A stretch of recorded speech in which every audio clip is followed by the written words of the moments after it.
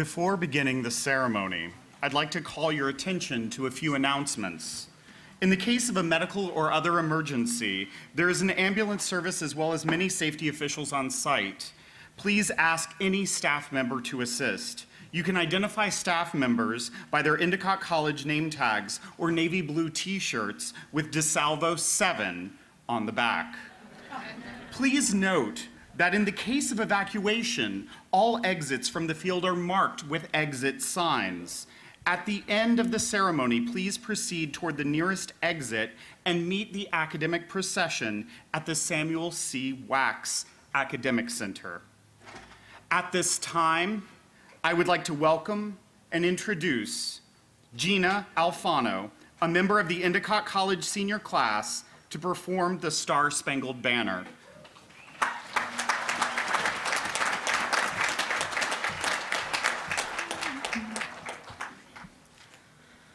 Oh, say, can you see by the dawn's early light what so proudly we hailed at the twilight's last gleaming, whose broad stripes and bright stars through the perilous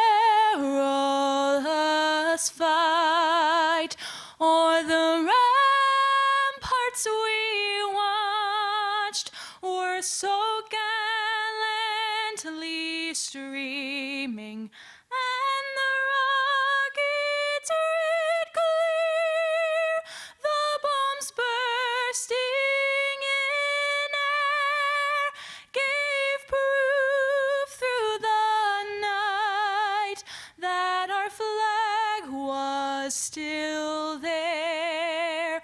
Oh, say, does that star-spangled banner yet wave o'er the land of the free and the home of the brave?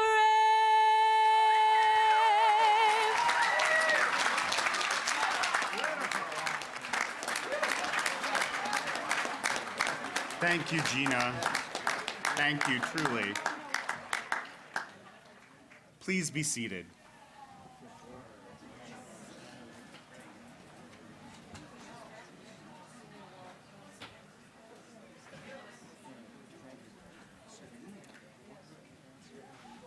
Endicott College faculty, staff, students, Board of Trustees, community members, and delegates, welcome to the inauguration of Endicott's 7th president, Dr. Stephen DiSalvo.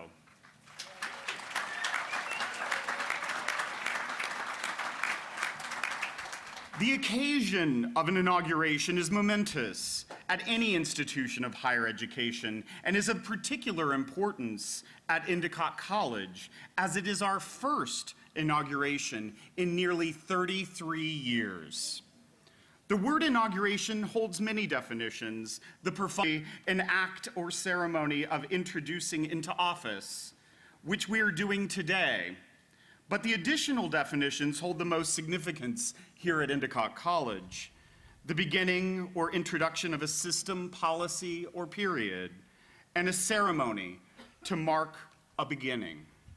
As we listen to today's speakers and watch the symbolic investiture of the president, consider these definitions as we begin our journey into the next chapter of this thriving institution.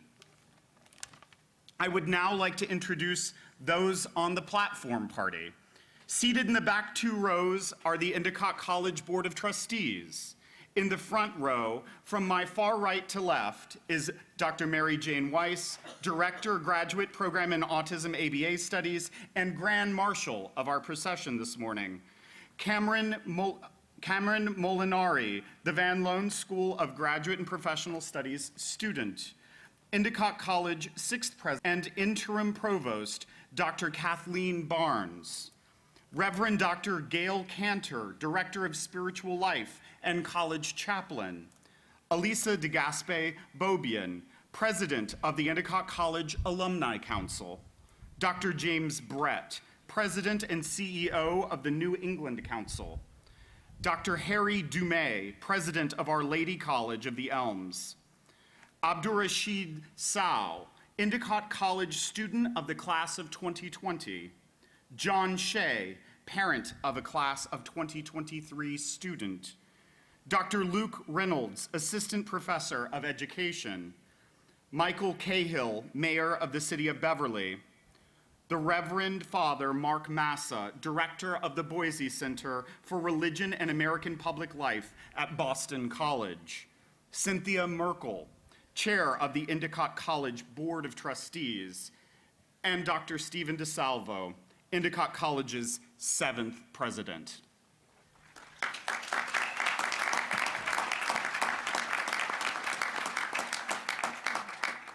I now invite Reverend Dr. Gail Cantor to the podium to deliver the invocation.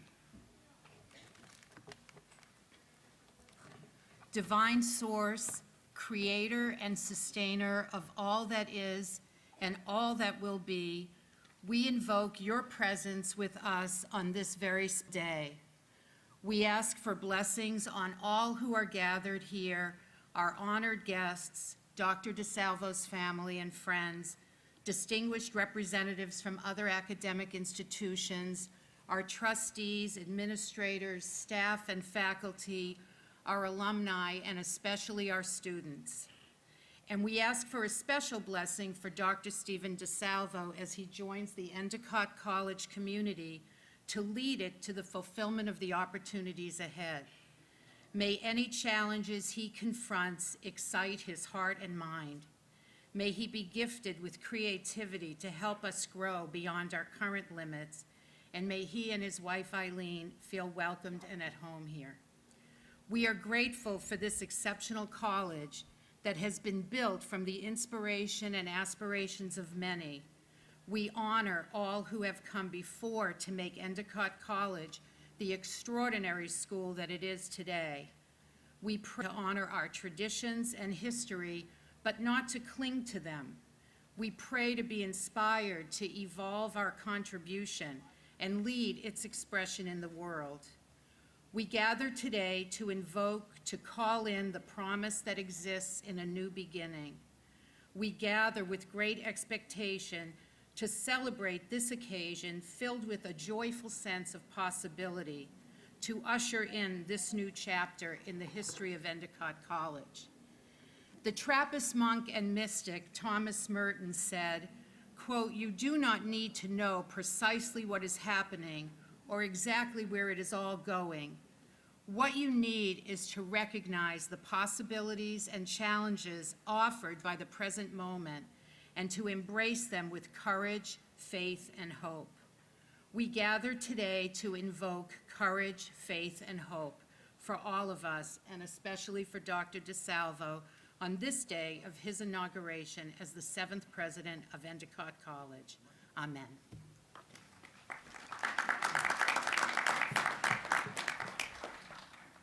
Thank you, Dr. Cantor. Endicott serves many different constituencies, from alumni, faculty, and students to business and community leaders. Many of the college's friends are here today to deliver greetings. I am delighted to invite Elisa DeGaspe-Bobian to the podium to deliver greetings on behalf of the Alumni Council.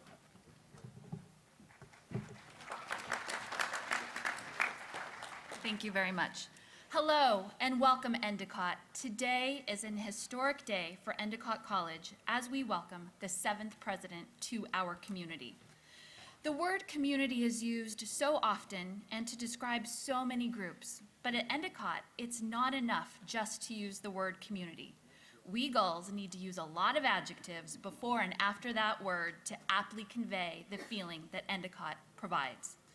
Today, we bring many constituents together to celebrate Dr. DiSalvo and Endicott College. While I represent the alumni community, we are also joined today by students, parents, staff, faculty, administration, dignitaries from other institutions, and local and regional community leaders. Together, we form a part of the vast and growing Endicott community. I am hopeful that today Dr. DiSalvo will share with us some of his journey to get to Endicott. For me, my journey to Endicott was about 3,200 miles long. As a transfer student from the University of Oregon looking for a better fit, I was fortunate that generous aid was available to me. I made my way to Beverly during a time of both challenge and innovation for Endicott. Even though in my 6th grade autobiography I had written that I wanted to go to college at Endicott, in reality it was a very long way from home. And although I was welcomed to campus in 1991 by great faculty and the perfect storm right when I arrived, within about a week of being here, I knew I was exactly where I was supposed to be. I lived in a mansion, Tupper Manor. I loved my classes. I was on a winning tennis team, and I got to study abroad. In those years, while completing my degree and amazing internships, I made lifelong memories and friends that have shaped who I am today. As a student, I lived the transition from 2-year to 4-year programs and Endicott going co-educational. Living locally, I've seen the footprint of the campus grow. I've seen the excitement of children in my community being invited to play hockey at the Ray Bork Arena. I have seen local communities marvel at the successes of Endicott. I cherish the Endicott of yesterday, but I'm oh so excited to see what the Endicott of tomorrow will be under Dr. DiSalvo's leadership, the team of committed professionals on campus, and the phenomenal students that we welcome every year. In the news, our headlines abound with stories of college accessibility and affordability. I am hopeful that Endicott will continue to deliver value and a return on investment for families, while opening our doors to even more students with financial needs, as I was. Without that aid, I would not be here on this very exciting day. As a parent of 2 high school daughters, the return I would love to receive from college is on the whole student: educational, professional, and emotional support. And on all of these, Endicott delivers. Historically, Endicott has been a hidden secret known by the lucky, as a college providing a world experience, focusing on the whole student in a location charmed by Mother Nature. I am confident with Dr. DiSalvo's leadership, our secret is no longer safe, and new communities everywhere will learn about Endicott. It's very exciting. And when those new students arrive and even more communities are established, I am sure they will feel it, the Endicott way. So Dr. DiSalvo, on behalf of the entire Endicott College alumni community, we welcome you to our authentic, sincere, welcoming, accomplished, innovative, vibrant, and appreciative community of lifelong learners. Thank you for accepting the challenge and leading the charge. Go Gulls.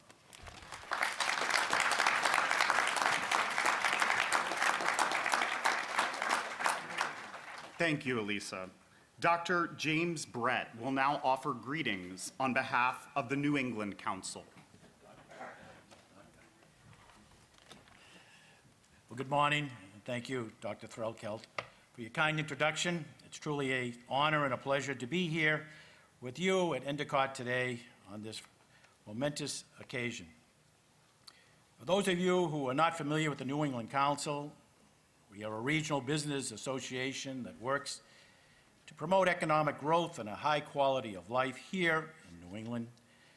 Among our more than 550 members, business organizations, are dozens of colleges and universities throughout our 6-state region.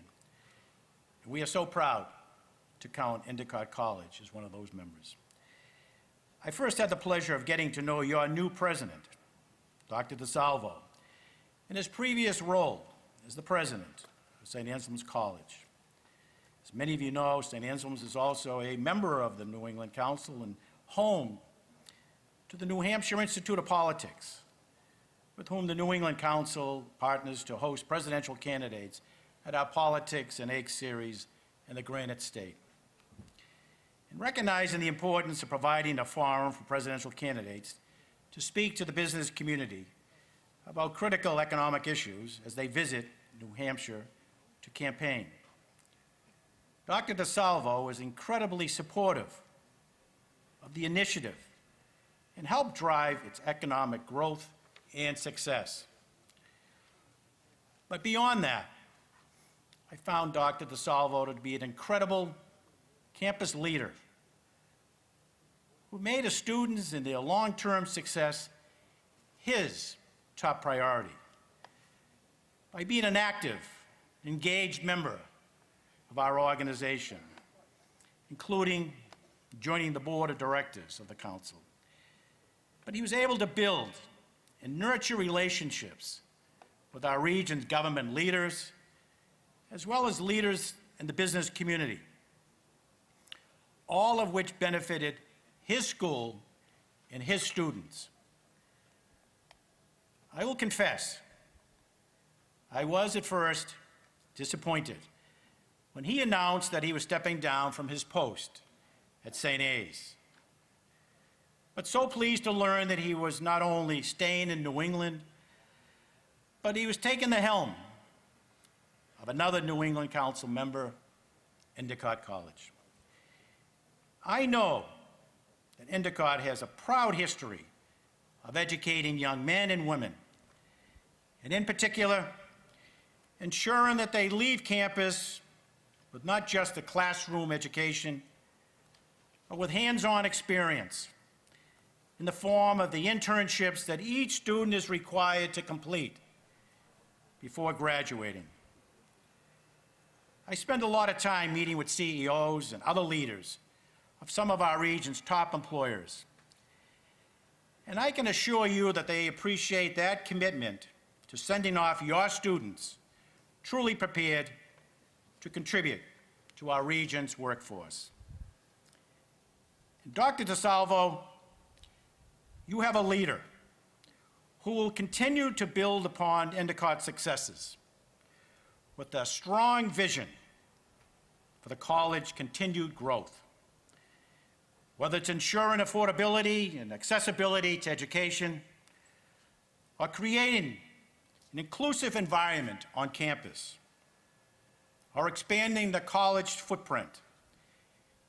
And Dr. DiSalvo, you have a leader with the skills, the experience, and passion to make those goals a reality. And so, I am so delighted to be here today as he embarks on this next step in his incredible career in higher education leadership. I and the entire New England Council look forward to continue to work with you and the entire Endicott community for years to come. Congratulations, Mr. President.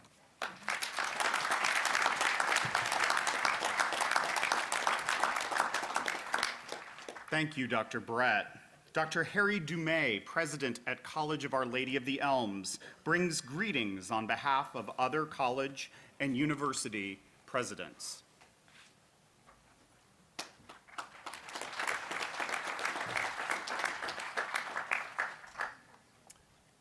President DiSalvo, Madam Chair, and members of the Board of Trustees, faculty, staff, and students of Endicott College, distinguished guests, members of the Academy. I am humbled and honored to bring to Endicott College on this very joyous day and at this great time in your history on behalf of the academic community.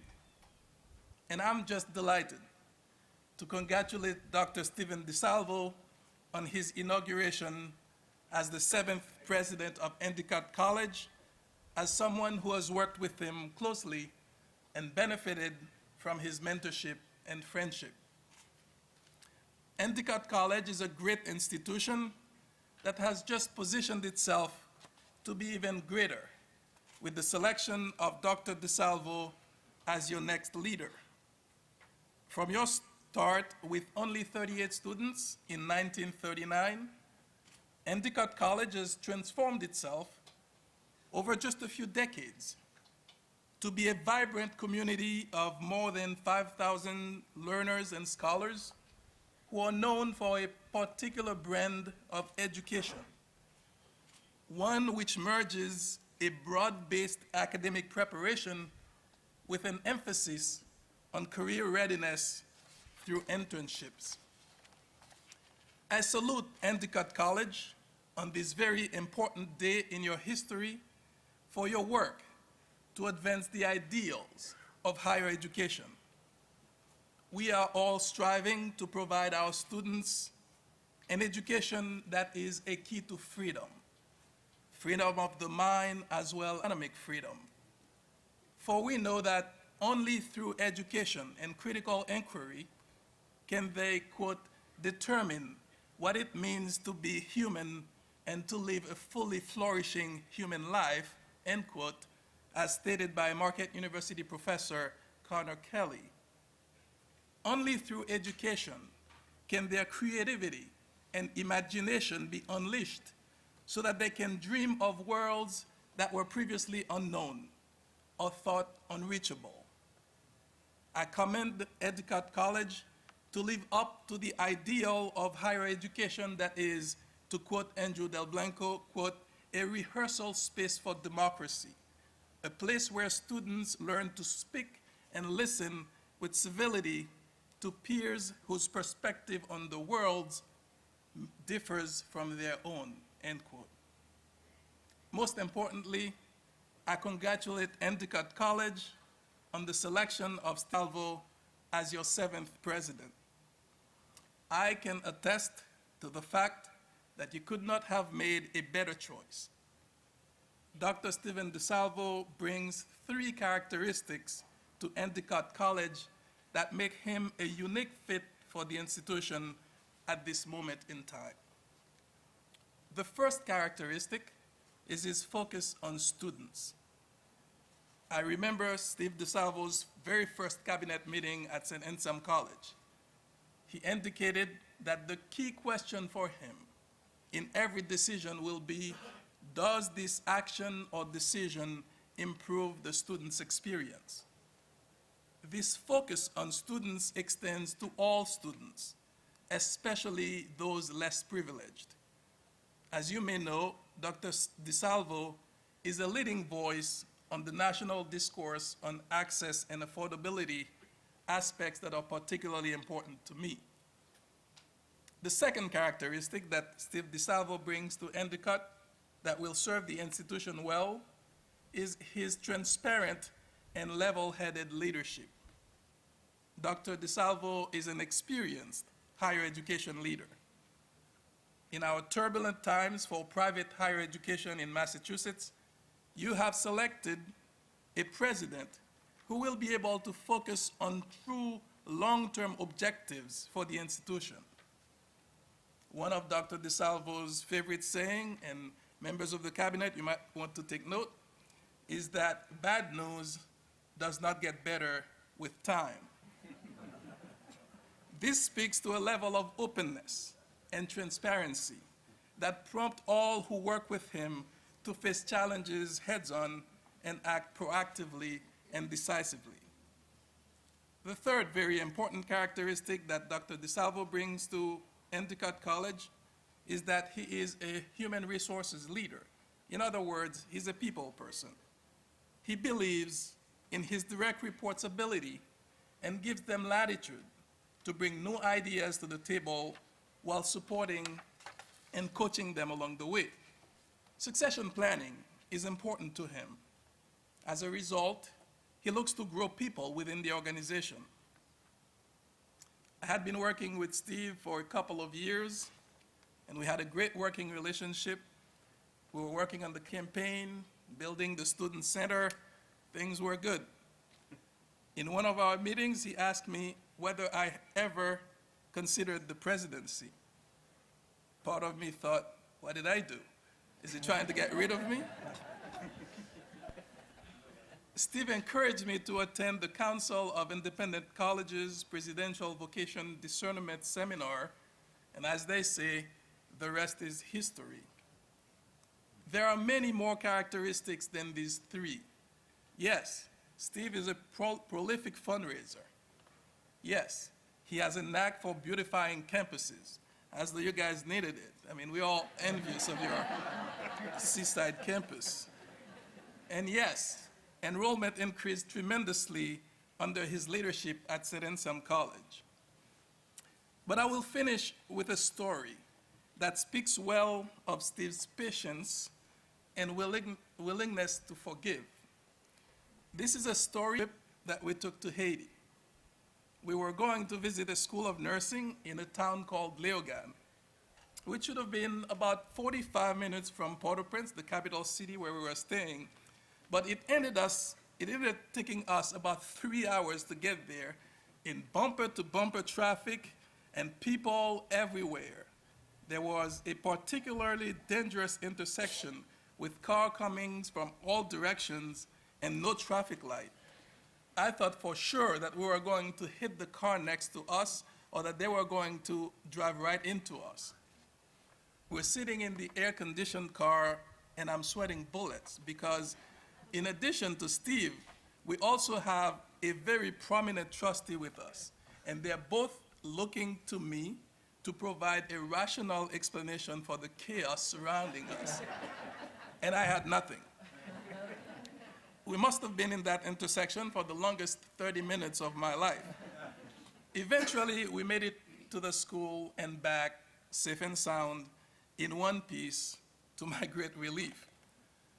As the great storyteller that Steve is, he has people in stitches whenever he recounts that episode of me squirming and us having our lives in our hand through Haitian traffic. Neither he nor the trustee held this horrific drive against me. I think, because come to think of it, not long after, he asked me whether I ever considered the presidency. Congratulations, Endicott College, and your terrific new president. Congratulations, Steve, on your inauguration. We all know that you are going to take Endicott College even to greater heights.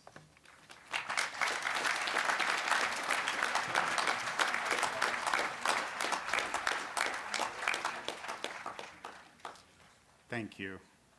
The Endicott Singers will now perform an original song, "The City Will Be," written by Endicott alumni band Mad Yonder.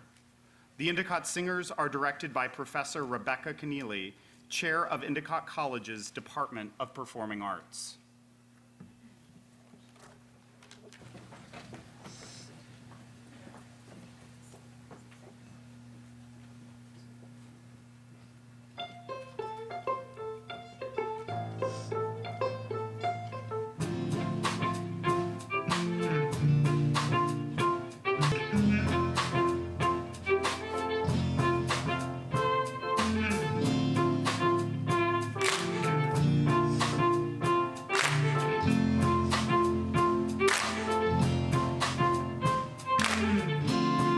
To some degree, my certainties they've come undone.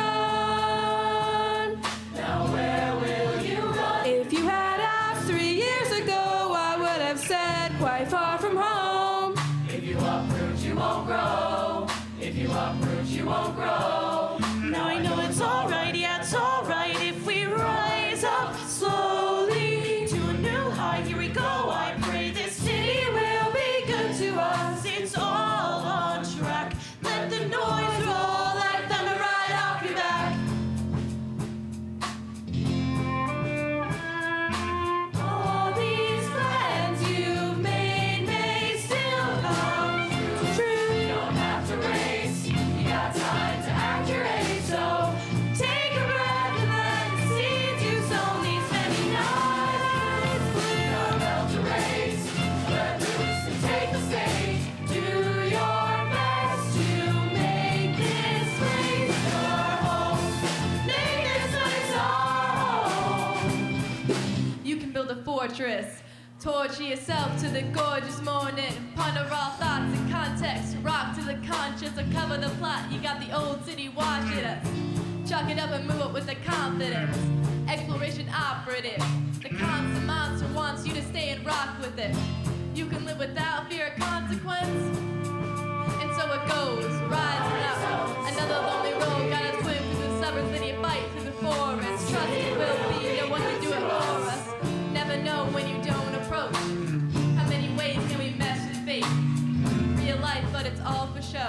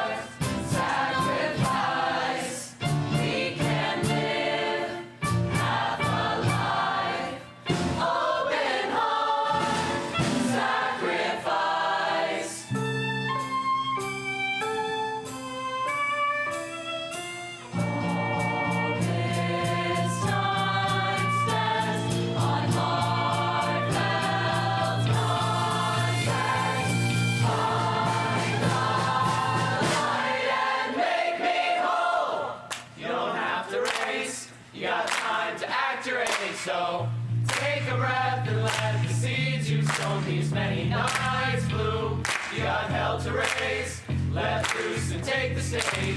Do your best to make this place your home. You don't have to race, you got time to act your age. So take a breath and let the seeds you've sown these many nights bloom. You got hell to race, let loose and take the stage. Do your best to make this place your home. You don't have to race, you got time to act your age. So Remind myself not to be consumed by what I can't control. let loose and take the stage. Wide-eyed child to recognize this kingdom that is While we do our best to make this place our home.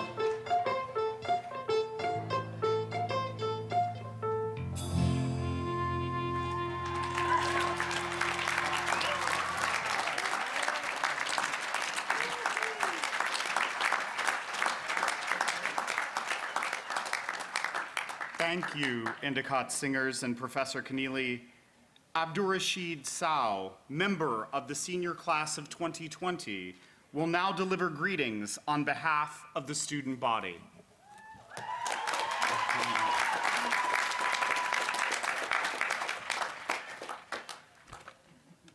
Dear members of the Board of Trustees, faculty and staff, honorable guests, fellow students, it is my distinct honor to be standing before you today. My name is Abdurrashid Sao. I am a senior international studies major from Côte d'Ivoire, West Africa. When I was asked to speak here today, I started writing, rewriting, searching leadership quotes, and I came across many. But one quote in particular stuck with me, and I thought I'll share it with you today. A leader is someone who demonstrates what's possible, said author and international business leader Mark Yarnell. In 1987, Dr. Richard E. Wiley assumed the presidency of Endicott College and demonstrated an unprecedented possibility. Now, I am proud to symbolically hand over the leadership of the student body to Dr. DiSalvo. Today, Endicott is a locomotive in higher education, both nationally and internationally. The leadership of the men and women of this college who work tenaciously every day makes it possible for students like myself to come to Endicott from all over the world, benefits from grants, scholarships, and equality education above all. In convergence with our theme today, just as the previous speakers have so well noted, Endicott is leading the way in many areas. The quality and variety of our programs and courses give us students the opportunity to increase our knowledge of science, literature, and arts, challenge our assumptions and convictions, and thrive in a globally linked world.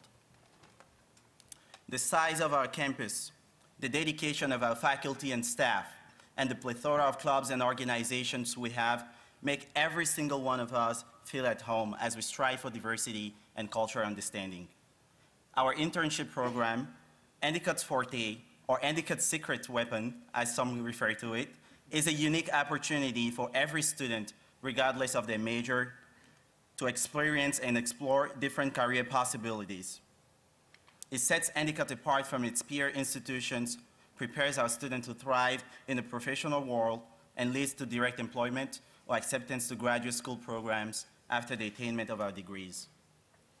In light of the aforementioned, what makes Endicott truly unique is our genuine human connections, the student desire to learn and teach one another, our faculty's passion for teaching and experiential learning, our school spirit, the life-lasting friendships we make, and our courage for kindness, accountability, and success.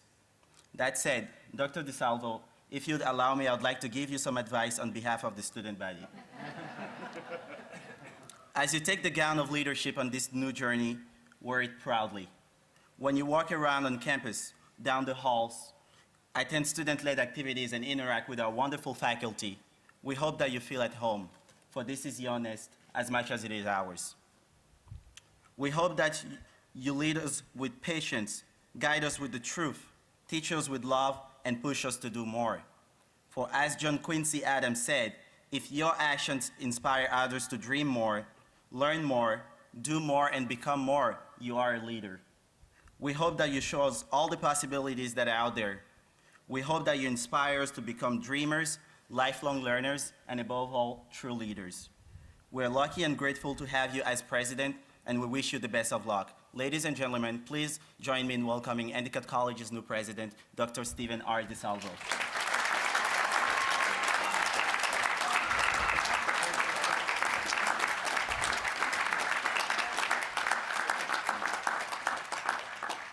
Thank you, Rashid.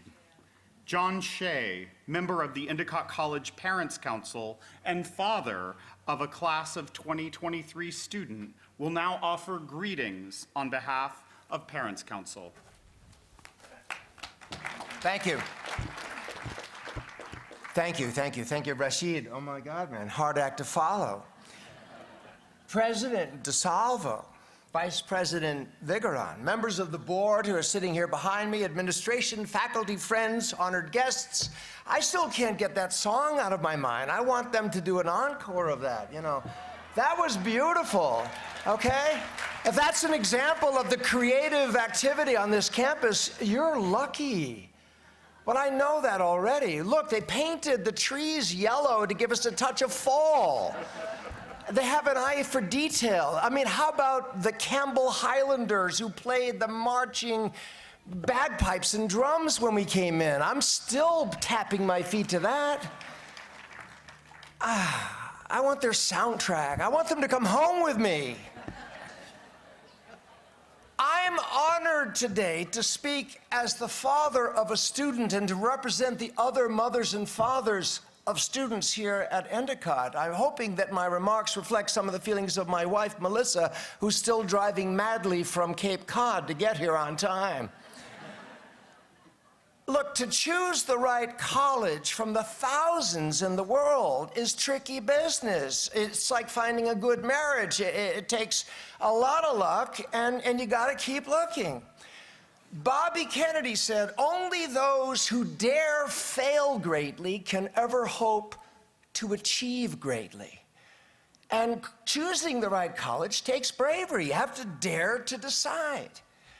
And like a lot of you parents out there, Melissa and I spent a year and a half looking all across this country, up and down the East Coast, flying to various places, going everywhere, reading about it, doing study, research. Miranda, what do you want, baby? What do you want? What are you interested in? What's the right college for Miranda? I felt like I needed the character from Fiddler on the Roof, like matchmaker, matchmaker, make me a match, right? It was tough. But in the end, it was love that led her here. She was accepted to 7 universities. She chose Endicott. Why? And the answer is a kind of love. She walked on the campus. She had a tour led by students who, by the way, were so articulate and friendly and great that the door was opened to her heart right away. And then you walk around the campus and you see what they have to offer, you read the literature, it's all that, but it's more than that. There's a kind of love at first sight that takes place when you're on this campus. And so there was a spirit that we're feeling today, Stephen, here, right? We're feeling it, right? We feel it in the music, we feel it in the speech. But I was born at Freiburg Academy, that was in Maine, a small boarding school that was founded by Daniel Webster. And so I love dictionaries. I looked up the word inaugurate. What the heck does it mean, right? And like you, our MC, and so thank you for your definition earlier. I'm just going to add a little to it. So it comes from 2 Latin words, in and augere, right? So it means to increase. An augur is somebody who furthers the growth of an enterprise, who sees favorable omens for success. In ancient Rome, an augur was an official diviner. And augury is the art of reading signs and portents before an important undertaking like today. So I think that Stephen DiSalvo is being inaugurated because he's an augur. He's a seer, a diviner. Not that maybe he can actually see the future, but he can feel it. He can sense where Endicott can go, and he can guide us to that place. Like the ancient leaders of Rome, Stephen knew that the gods approved of his mission to help lead Endicott before he undertook it. He followed his intuition, and I bet he followed the advice of his wife, Eileen.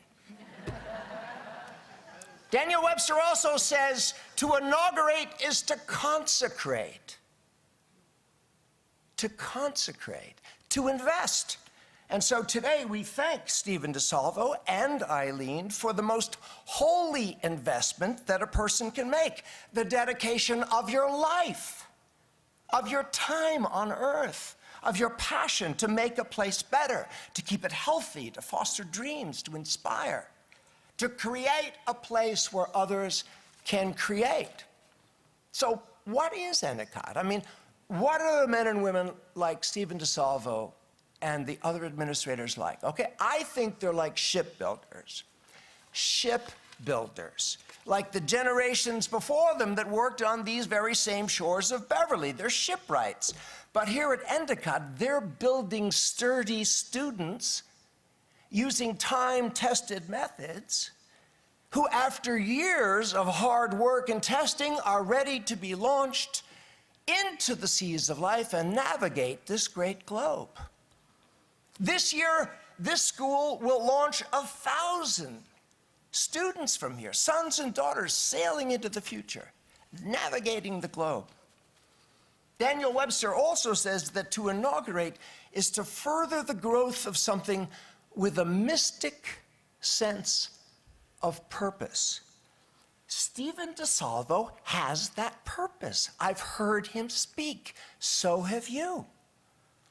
In 1784, Alexander Hamilton referred to George Washington as Your Excellency because his inauguration as president was auspicious. It promised success. There were auguries of George Washington's success, but there are auguries today. Look around, all right? The music, the speeches, the perfect weather, the color of the trees, the legacy of the leaders like Richard Wiley, who came before you and passed the torch, passed the baton, the wisdom of the elders, the talent of the young, the love and support of your family, the alumni, this board. These are the givers who have your back. There's the faculty, the mentors who inspire your sons, your daughters, who toil on the front lines of their dreams and help them come true. So I think it's the spirit of Endicott that makes it so great, right? But don't take my word for it. I asked some students, being the father of a daughter who goes here, what do they love about Endicott? Sophomore Tierney Goddard said she loves the incredibly warm sense of community. She said it's like the small town that I left. And so that the transition from my home to my school felt basically non-existent. And she said, for that, I am beyond thankful. Adam Cowell, class of 2019, graduated last year. Sorry, I'm not used to wearing this cap and gown. Well, you can see I'm not used to wearing the cap. Adam Cowell, I'm working with right now. I'm telling you, he's an Endicott grad. I said, Adam, all right, you graduated from the school, dude. What was it about Endicott that made it so great for you? He said, when I went to Endicott, I had no idea what I wanted to do in life. After 4 years of spending it at my second home at Endicott, I found out who I was and what I wanted to be. And I am so grateful. I want to send my own children there. So your students, Stephen, talk about your community. Christina, Miranda's roommate, talked about community, all right?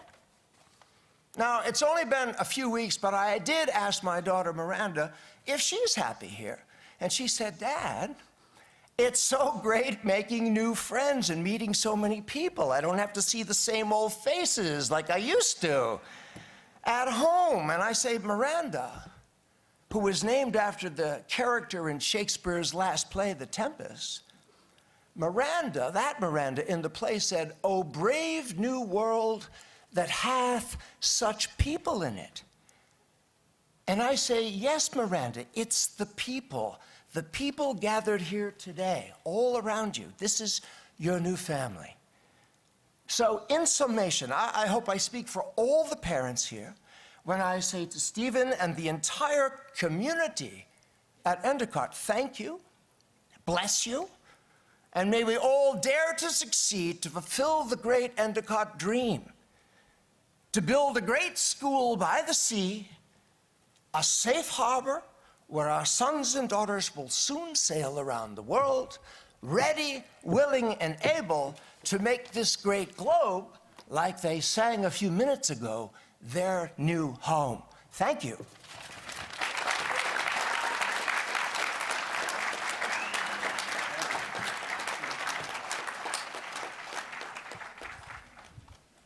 Thank you, John.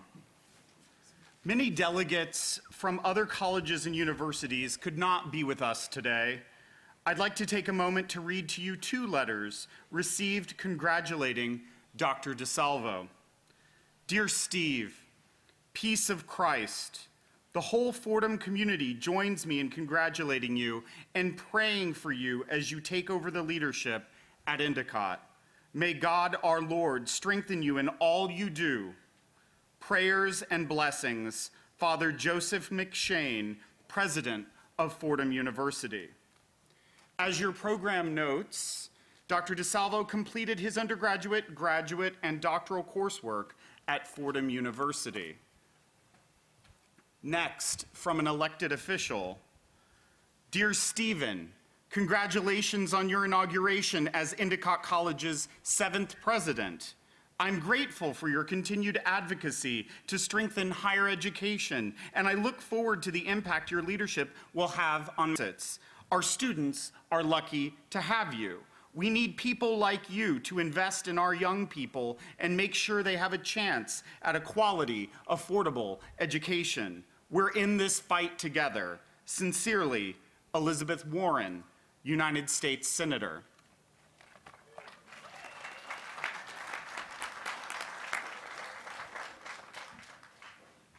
The next representative to speak to you today is from the Endicott College faculty, Dr. Luke Reynolds, Assistant Professor of English and recipient of the 2019 Excellence in Teaching Award.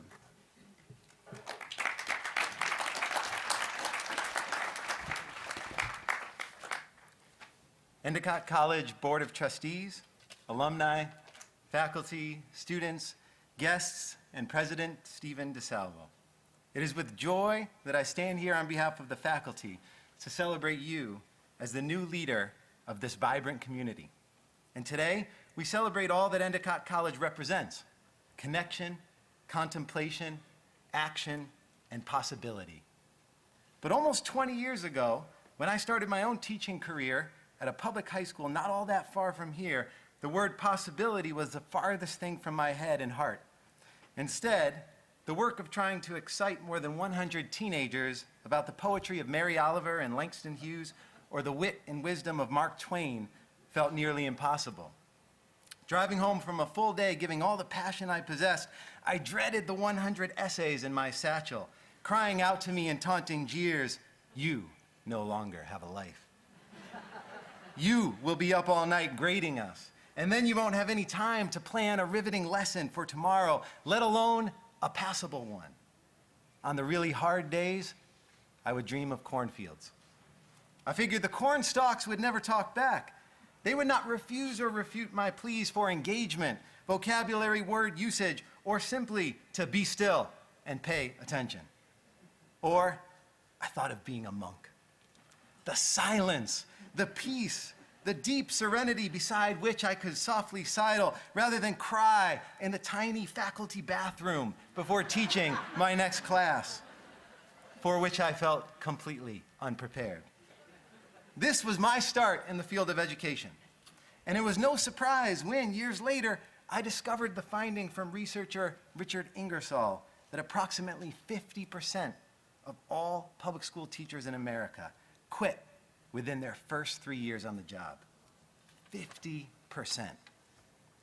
So when I began here at Endicott, after slowly learning to fall in love with the classroom, how to manage it at the middle and secondary level, I fully expected that the teaching candidates who had graduated from our program would grapple with the same kinds of despair I had encountered.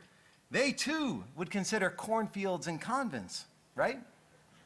I remember talking with a recent Endicott graduate who was in the midst of her first full year of teaching, and I enthusiastically belabored my message. You probably feel like you want to quit, like you just can't do it, like it's impossible.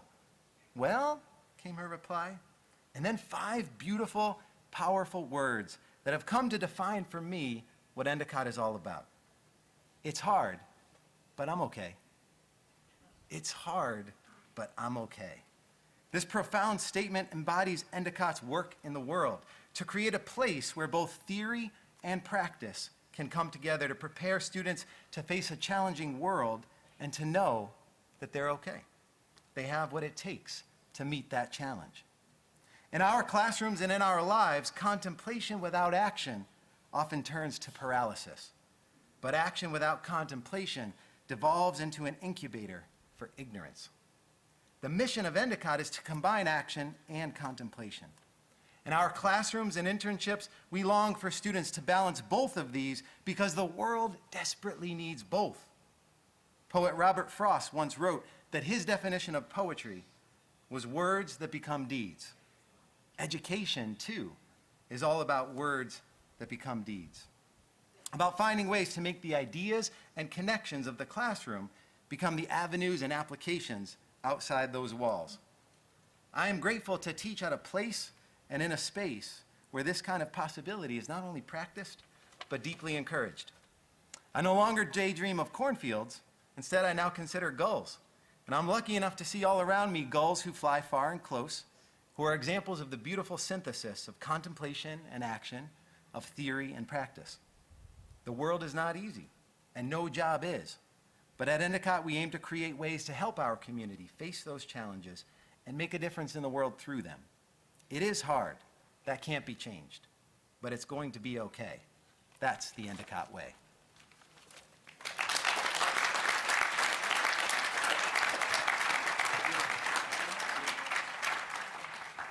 Thank you, Professor Reynolds. Mayor Michael Cahill is here to deliver greetings on behalf of the City of Beverly.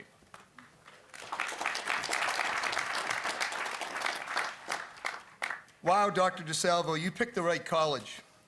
When you think about Dr. Reynolds, who I know is representative of your faculty, and you think about students like Gina, Rashid, and the Endicott Singers, there's a lot of impressiveness and greatness here. Good morning, everybody. It's an honor to bring this of the City of Beverly and to join in welcoming you all here this morning to witness and celebrate the inauguration of Dr. Stephen DiSalvo as the 7th president of Endicott College. The City of Beverly and Endicott College have long enjoyed a rich, symbiotic partnership. The contributions made to our community over the years by the students, faculty, and staff of Endicott are many. From the volunteer power and the presence of Endicott students at local events and supporting local causes, to the internship contributions at our businesses and institutions throughout Beverly, to the growing legion of Endicott alums who choose to make Beverly their home, who start businesses here, who make magic as teachers in our local schools, who start families here, who make a life here, to the many ways in which the college has been a partner, knitting itself into the fabric of our community. The value and contributions of Endicott College and its people to this city and this region are immeasurable. We are forever grateful for the leadership and the friendship of former President, the late Dr. Richard Wiley. Dr. Wiley built an amazing legacy. He positively impacted so many of us at a personal level, and he so generously shared so much of himself to lead Endicott College and to help improve our city, both of which he loved greatly. And today, we are both honored and excited to celebrate Dr. Stephen DiSalvo's inauguration as Endicott College's new president. As we are enjoying getting to know Dr. DiSalvo, we are energized and we feel great optimism for the college's present and for its future. Dr. DiSalvo, your first academic year as president is in full swing, and your Endicott College students and faculty are doing great things. We welcome you and your family. We commit ourselves to being your partners in our shared journey, and we wish you a long and successful tenure as president of Endicott College, filled with much personal happiness and professional fulfillment. Welcome.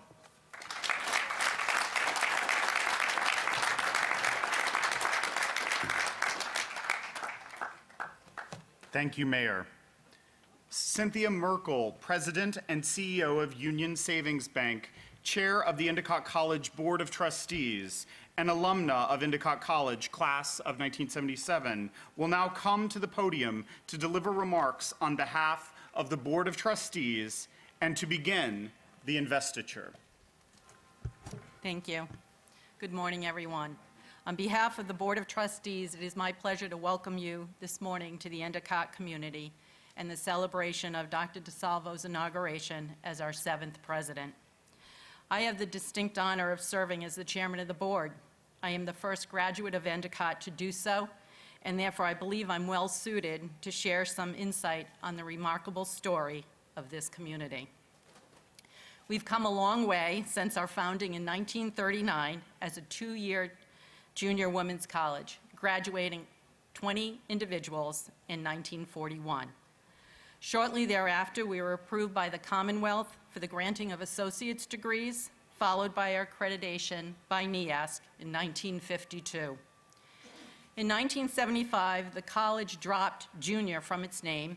Soon after, we became a 4-year college, and in 1994, we became coeducational.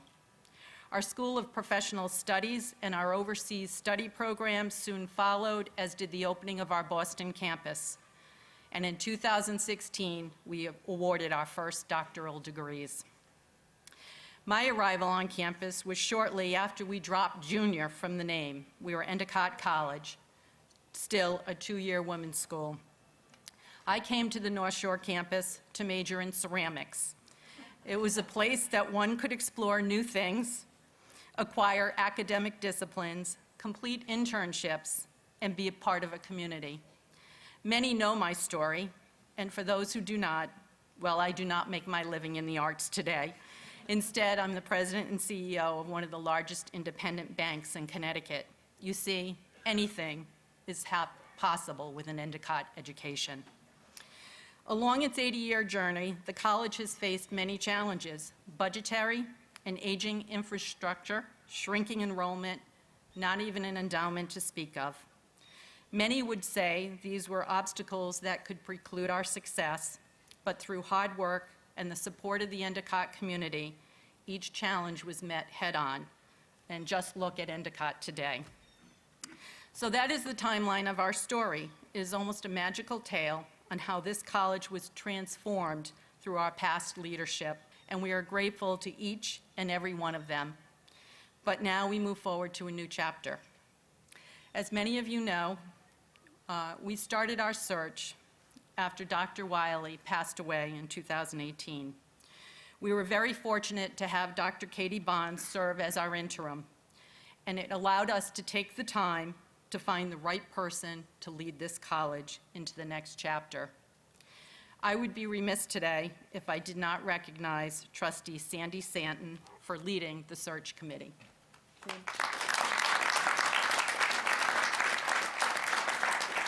And to all of the members of the committee that are here today, thank you and well done. When I first met Dr. DiSalvo in the final stages of the search process, I instinctively knew that he'd be the right person to continue our track record of success. I remember him saying, "Endicott is the best kept secret," and today I'm very confident that through his leadership, our story will be spread far and wide, attracting a diverse student population beyond our historical footprint. Our desire to continue to be a relevant institution in this fast-changing world, both affordable and accessible, are top priorities, and that is one of the reasons why Dr. DiSalvo was selected. It became clear pretty quickly that affordability and accessibility were fundamental goals of Dr. DiSalvo, and I suspect were important to him based upon his own personal educational journey. During the search process, it also became clear that Dr. DiSalvo was interviewing us. And as a CEO, I deeply respected that. He too was looking for a good fit, a setting where he could innovate, focus on student success and outcomes, while being supported by a community that was willing to try new things. In the end, we found each other, and we are all here today to celebrate moving forward. I'd like to personally, and on behalf of the entire Board of Trustees, welcome you, Dr. DiSalvo, Eileen, and your entire family, and welcome to the Endicott community.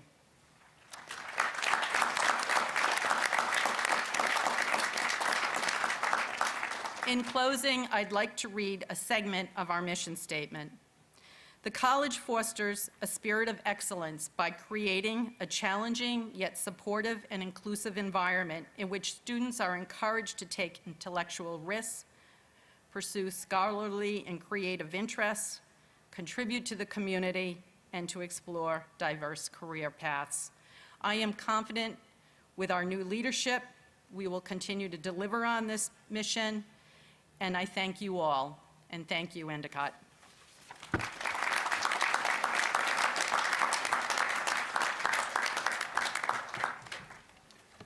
At this time, I'd like to invite Dr. DiSalvo, Chair Merkel, 6th President and Interim Provost Dr. Katie Barnes, Student Speaker Rashid Sow, and Van Loan School student Cami Molinari to begin the investiture. While this investiture takes place, I'll explain what each symbol means. Dr. DiSalvo is currently representing the regalia of the degree-granting institution, Fordham University, from which he obtained his Doctor of Philosophy. With the assistance of Endicott students, Dr. DiSalvo will trade his academic regalia for the regalia worn by the president of Endicott College. The gown, hood, and tam are symbolic of the college and the president's rank and authority as its chief executive. These items are worn in all academic processions on campus and elsewhere, and only a president's gown bears a 4th velvet bar on its sleeves. Next, Chair Merkel will place the chain of office around the president's neck. The presidential chain of office signifies not only Endicott's history, but also its journey. The sterling silver medallion bears the college seal, while the names of our past presidents are fused into the chain itself. As the chain of office is placed around Dr. DiSalvo's neck, it symbolizes his official installation as Endicott's 7th president. Finally, Dr. Katie Barnes will place the doctoral hood to complete the investiture. The hood has blue velvet indicating the achievement of a PhD and is complemented by emerald green satin representing the Endicott College colors. As Dr. DiSalvo places his tam, I would again like to invite Cynthia Merkel back to the podium. Please join me in congratulating and welcoming Dr. DiSalvo as our 7th president.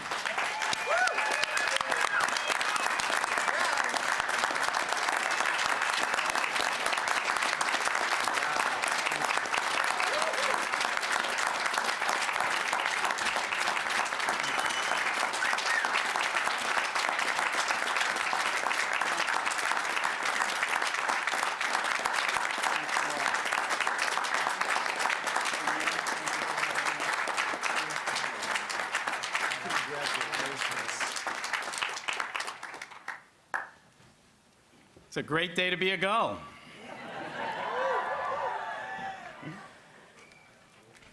Board Chair, Cynthia Merkel, members of the Board of Trustees, members of the faculty, staff, students, parents, and alumni, our many delegates. We have over 70 representatives from institutions of higher learning here. And I'd like to personally thank my fellow presidents from many institutions who are here today from all over the United States. Mayor Mike Cahill and our community leaders, friends and family, and especially my wife Eileen, our sons Tom, Andrew, and Connor. I am honored and I am humbled to stand before you as the 7th president of Endicott College.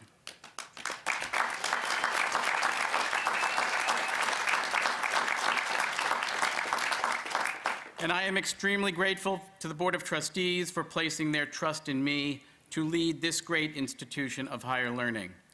This journey has taken a tremendous amount of hard work with many stops along the way. Today would not be possible if it were not for the sacrifices made by my sons and my incredible wife Eileen for the time I spent on the road, the years studying for my advanced degrees, and for the many relocations from New York to Chicago, to Connecticut, to Wisconsin, to New Hampshire, and finally, to the North Shore of Boston.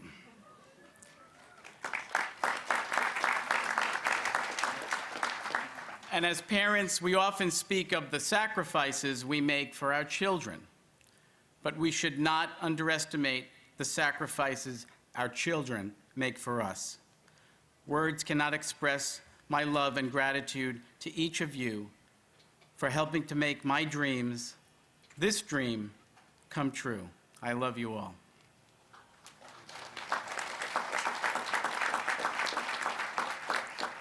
It is indeed a day for gratitude, as we have much to celebrate today, for this is more than an inauguration. It is, in fact, a celebration of the power of education itself, something which many of us here have dedicated most of our professional lives. And we all know firsthand the power of education in all its forms to change lives, to broaden perspectives. Whether it's the classic novel that triggers contemporary questions, the mentoring relationship that can set an inquisitive mind on a rewarding new path, or the internship that sparks a passion for a previously unknown profession. In my own life, I have not only seen the power of education up close, I have lived it. In my family, I am the first member of my generation to have the privilege of attending college. From an early age, I was surrounded by those who believed deeply in the importance of higher education. See, Eileen and I grew up in a middle-class section of Queens, New York. It was a blue-collar neighborhood predominantly made up of police officers, firefighters, and construction workers. A place where men mostly would wake up in the wee hours of the morning to go to work. And then they got home in the late afternoon with calloused hands and sore feet. They'd rush off to another job, repairing televisions, maybe selling real estate.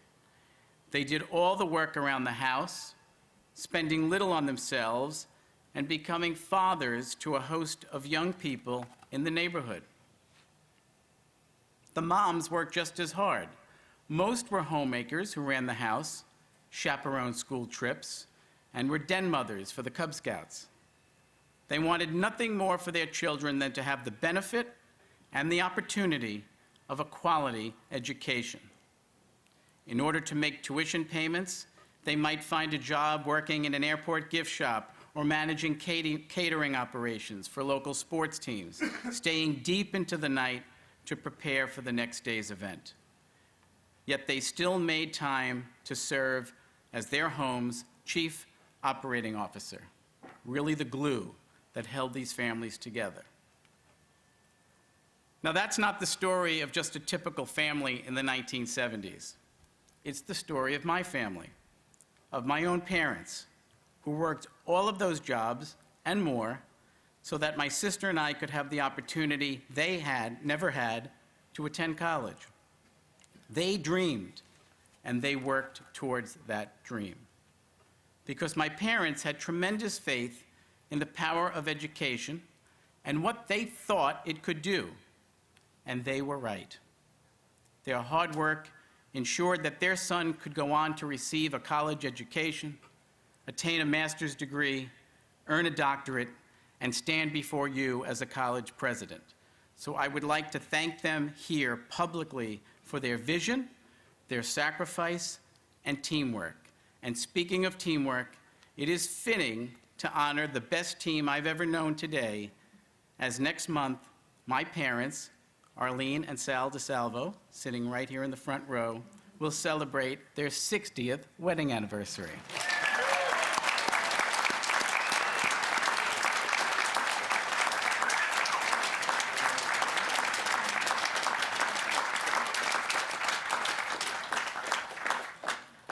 Well, mine is but one of the countless stories that attest to the power of education, and that power is timeless. Yet how we educate does change over time, and perhaps more so in the past quarter century than at any point in history. And therein lies the opportunity to retain those timeless principles, what works, and evolve them to meet the needs and opportunities of learners today and in the days to come. These changes are exciting ones. Yes, change can bring with it uncertainty, but there is so much promise in the changes we see around us. The democratization of education, adapting to different learning styles, and to those who learn differently. Reaching more people in new ways. Willing and engaged learners who might otherwise have been cut off from the richness of higher education in years past. Students, perhaps, with slightly different demographics from the catalogs of old. This is the opportunity, and Endicott College is so perfectly poised to seize that opportunity. Endicott College. When Eileen and I were asked to consider applying for this opportunity, we discovered a beautiful campus and a beautiful canvas on which to work. Now, it is impossible to speak of the gifts of Endicott College without speaking of and honoring the legacy of Dr. Richard Wiley.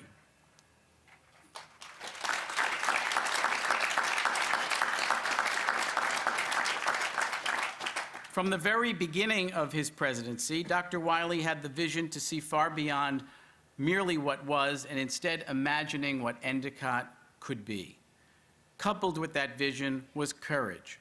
Courage that was tested right away with an existential crisis, when in his first year, many questioned whether Endicott College could or should survive. He had the willingness to boldly embrace change, growing from a 2-year women's junior college to a 4-year college, leading the way to co-education and so much more.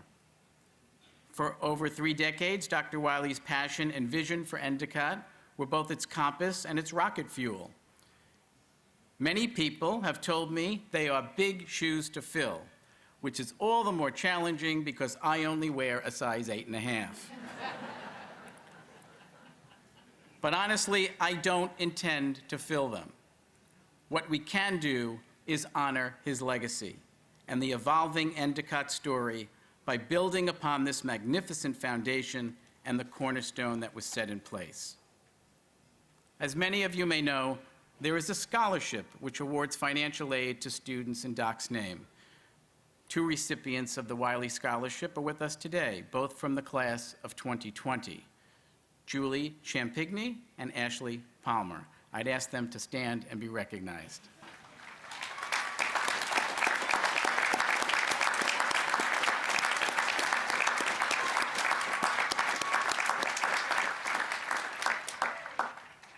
Less than a year and a half ago, this community suffered a great loss, and amidst the heartache, there was gratitude for the foundation and vision Dr. Wiley provided. Dr. Kathleen Barnes had the unenviable task of shepherding Endicott during this unprecedented transition for the college. Everyone seated here today has a deep appreciation for the extraordinary challenge you faced. So on behalf of the Endicott community, I extend heartfelt gratitude to you, Dr. Barnes, for your stewardship of Endicott during that time.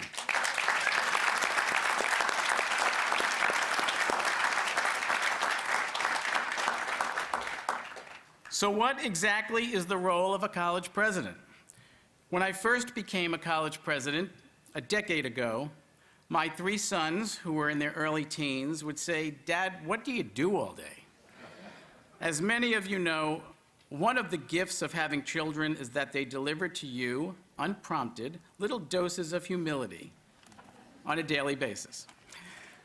In response to their question, I resisted the temptation to simply show them my calendar. Instead, I told them that being a college president is a bit like being the conductor of an orchestra. A conductor, of course, makes no music on their own. It's the orchestra that makes the music.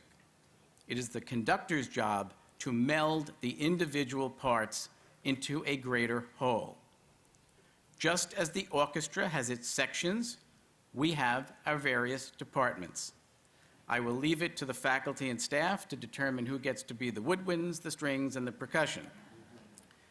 So yes, the conductor here at Endicott College has changed, but we still have the same incredible orchestra.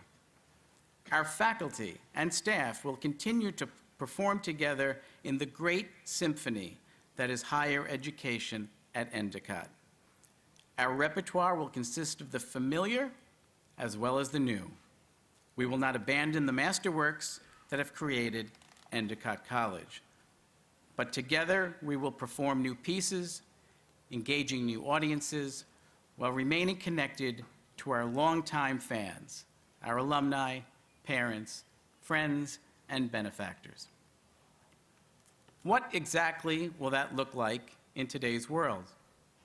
A fast-paced, noisy world where constant change is the new normal. It is in fact a world that needs exactly what Endicott College has to offer. We live in an age buried in content, media, and information, where we are all participants in a steady stream of dialogue, civic, political, professional, social, and personal. So many have so much to say, creating so much content.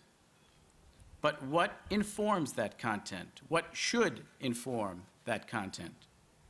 Informed, inquisitive, lifelong learners. And helping to feed those learners, that is our place. We must remind our students that you cannot have your heads buried in your smartphones all of the time. Having conversations where you look another human being in the eyes will better prepare you for that job interview, that interpersonal relationship, that long-term success in the workplace, and beyond. This world is filled with complex issues, and a variety of increasing challenges can also become a smaller, better connected place where newly familiar faces and efforts to find a common language often lead to innovation and collaboration. Therefore, we must provide our students with the global experience necessary to thrive in that global society. Study abroad opportunities are not just about taking courses in a foreign country. It means traveling to places you have dreamed about, immersing yourself in new cultures and customs, and getting a taste of foreign lands. We can do this by expanding options around the globe beyond our present locations in Madrid and Cork, Ireland, by owning and operating more of our own programs. In this way, our students who study abroad can take our courses taught by our faculty on our campuses, which means you never leave Endicott College, but rather spend a semester at an Endicott location somewhere else on this planet. For the cost of a plane ticket, we can provide Endicott students with a premier global experience so they are ready to meet the world on ever-changing terms. A great differentiator for us is our internship program. 3 internships, including a full semester internship senior year, leading to full-time employment in your field of study immediately after graduation. Many schools boast about job placement rankings, but few can match Endicott's ability to help students get jobs in their academic field of choice. So much like our study abroad program, we have an extraordinary base on which to build. Going forward, our internship opportunities must be expanded beyond a 50-mile radius. Our students are ready for this study away opportunity. With this initiative, student cohorts will be able to seek internships from Wall Street to Capitol Hill, from the Windy City to the Big Easy, from Silicon Valley to Faneuil Hall. And as our students make their presence known among the best companies, labs, and schools, they will bring with them the Endicott story, continuing to expand our Endicott brand and reputation. As our story is shared more broadly, academic quality will continue to increase as we attract and retain the best and the brightest. Too many people think they know the Endicott of today. You've heard it, I've said publicly, Endicott is the best kept secret, and I don't want us to be a secret anymore. We're more than a pretty place. We continue to grow.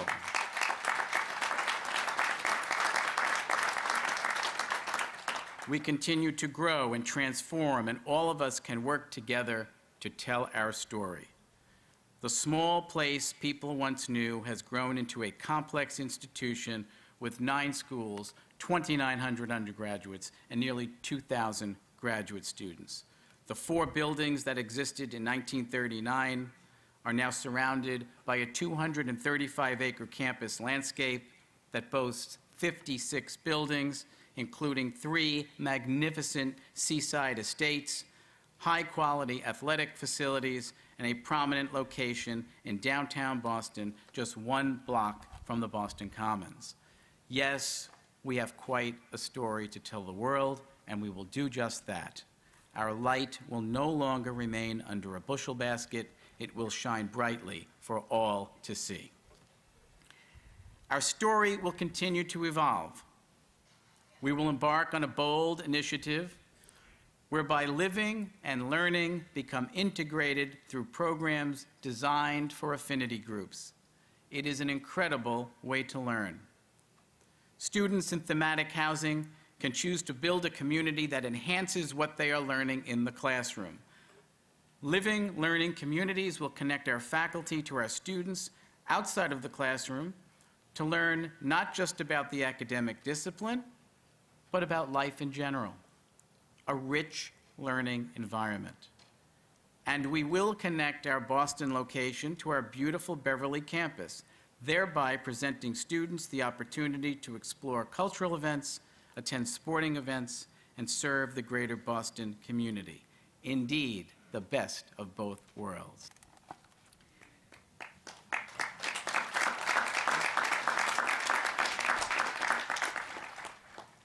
Our story is a magnificent one, it's an exciting one, it is an inspiring one, and yet we cannot rest on our laurels.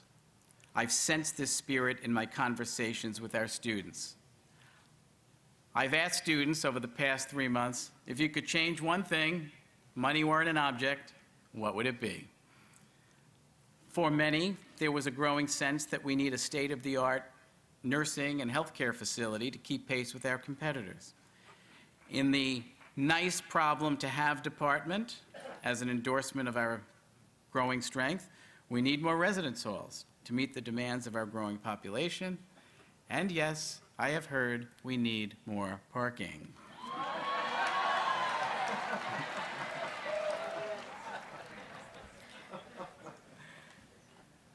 But then there's the elephant in the room whenever anyone discusses an ambitious agenda in higher education: affordability. Affordability needs more than hand-wringing and complaining about cost.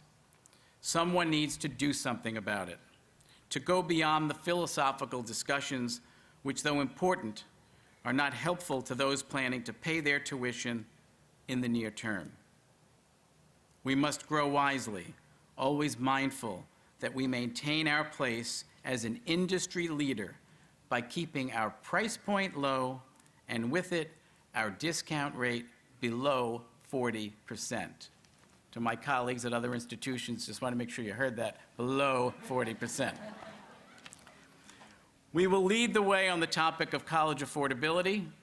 by engaging our elected officials in a conversation, a very necessary conversation, to seek an exemption to federal antitrust laws so we can talk to our peer institutions about a reset of the gross price in higher education.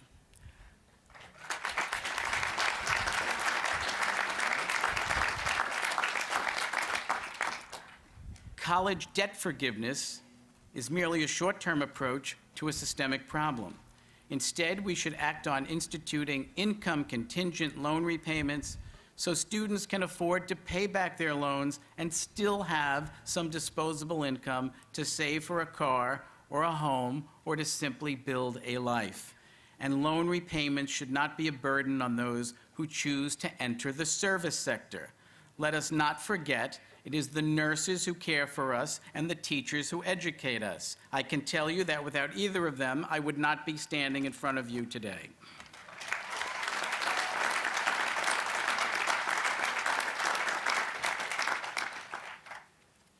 So all of these initiatives come at a price. We must embark on Endicott's first ever comprehensive capital campaign.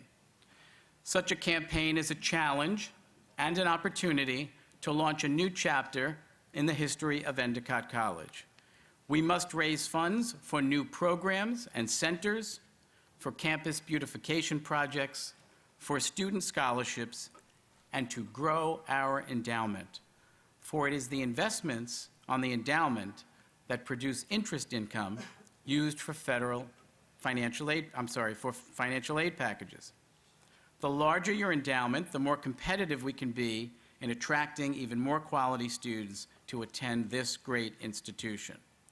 This is especially important as we seek to attract a more diverse and inclusive student body, faculty, and staff.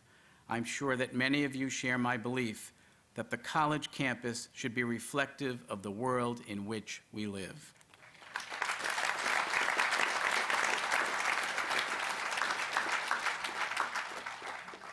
With the proper resources, we can transform our campus together.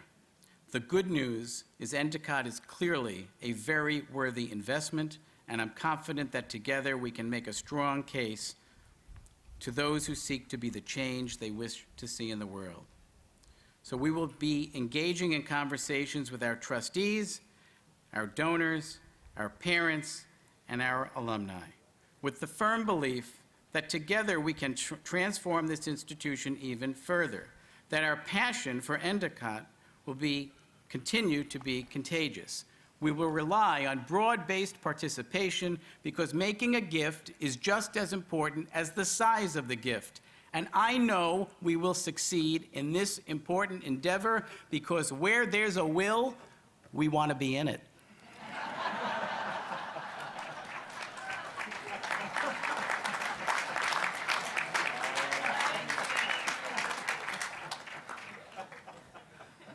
I am so grateful, honored, and most of all excited to have the privilege of leading as together we write the next chapter in the Endicott story. There is much we will seek to accomplish, and I'm confident our entire community will rise to the occasion, ensuring we remain at the forefront of innovation in higher education, that Endicott remains affordable and within reach. Together, we will produce high-performing teams and leaders, meeting the demands of the market and continuing to hire the best and brightest faculty, supporting their teaching, research, and publications. Supporting all of this, we will grow the endowment to a level never seen before at this institution, creating greater sustainability as a thriving institution of higher learning. And we will make sure we share broadly, wildly, and proudly the Endicott story, spreading the word that Endicott is more than the name of a beautiful campus with 3 beaches, that Endicott is a leader in academic offerings, internship experiences, and delivery methodologies, providing our students with opportunities both abroad and throughout this great country that are nothing less than life-changing. Our story, the Endicott story, is really about our people. It is less about the past and more about the future. It is less about the internship, but more about the intern. It is less about the care and more about the caregiver. It is less about the dream, but more about the dreamer. That next chapter for Endicott begins now, when I can say with optimism, excitement, and great pride that it's a great day to be a Gull. Thank you.